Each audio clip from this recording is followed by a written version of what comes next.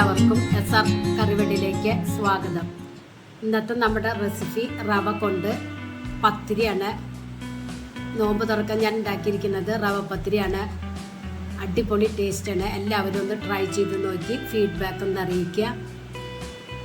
അപ്പോൾ റവ പത്തിരി എങ്ങനെ റെഡിയാക്കാമെന്ന് നോക്കിയാലോ. അതിനായി ഇതുകൊണ്ട് 2.5 കപ്പ് വെള്ളം വെച്ച് കൊടുത്തിട്ടുണ്ട്. അതിലേക്ക് ആവശ്യത്തിനുള്ള ഉപ്പിട്ട് കൊടുക്കുക. 1/4 കപ്പ് തിരുമ്മിയ നാളികേരം, 1 ടീസ്പൂൺ പെരിഞ്ജീരകം ഇട്ട് കൊടുക്കുക. വെള്ളം നല്ലതുപോലെ തിളച്ചതിന് ശേഷം 2 കപ്പ് റവ എടുത്തിട്ടുണ്ട്. അത് ഇതിലേക്ക് ഇട്ട് കൊടുക്കുക. നമ്മൾ പത്തിരിക്കൊക്കെ പൊടി വാട്ടിയെടുക്കണില്ലേ, അതുപോലെ തന്നെ വാട്ടിയെടുക്കുക. വെള്ളം കുറവായി തോന്നുകയാണെങ്കിൽ നിങ്ങൾക്ക് ചൂടുവെള്ളം, തിളച്ച വെള്ളം ഒഴിച്ചു കൊടുക്കാവുന്നതേ ഉള്ളൂ. അപ്പോൾ എനിക്ക് വെള്ളം കറക്റ്റായിട്ട് കിട്ടിയിട്ടുണ്ട്. ഇതൊരു വേറൊരു പാത്രത്തിലേക്ക് ഞാൻ മാറ്റി കൊടുക്കുന്നുണ്ട്. എന്നിട്ട് പത്തിരിക്ക് കുഴക്കുന്ന പോലെ തന്നെ നല്ലതുപോലെ കുഴച്ചെടുക്കുക.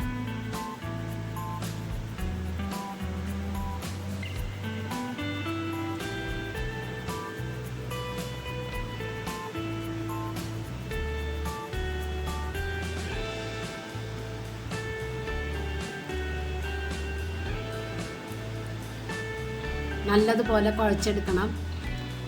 എങ്കിലാണ് പത്തിരി റെഡിയായി കിട്ടുള്ളൂ. നമ്മൾ മറ്റേ പത്തിരി ചുട്ടെടുക്കണ പോലെ നല്ലതുപോലെ പൊള്ളച്ചൊന്നും കിട്ടില്ല. എങ്കിലും കുഴപ്പമില്ല, നല്ല സോഫ്റ്റ് ആയിട്ടിരിക്കും.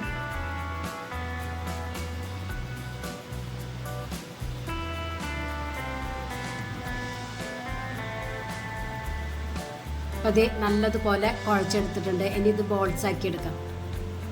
കുറച്ച് കുഴൽ പത്തിരിയുടെ നൈസിലല്ല ഇത് പരത്തിയെടുക്കുക. കുറച്ചും കൂടി കട്ടിയിൽ വേണം പരത്തിയെടുക്കാൻ.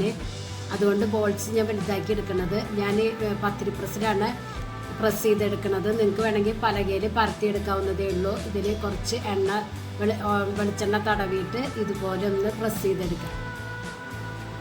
ഈ കട്ടിയിലെടുക്കുക. ഇതിലും കുറച്ചും കൂടി കട്ടി വേണമെങ്കിൽ അത് എടുക്കാവുന്നതേ ഉള്ളൂ. ഞാൻ അരിപ്പൊടിയിൽ ഒന്ന് വെറുതെ ഒന്ന് ടിപ്പ് ചെയ്തെടുക്കുന്നുണ്ട് കേട്ടോ.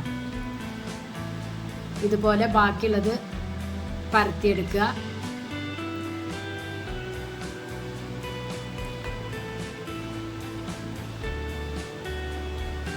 ഇപ്പം അത് ഞാൻ മുഴുവനും പരത്തിയെടുത്തിട്ടുണ്ട്. ഇനി ഇത് നമുക്ക് ചുട്ടെടുക്കാം. പത്തിരി ചുട്ടെടുക്കണ പോലെ തന്നെയാണ് ഇത് ചുട്ടെടുക്കുക.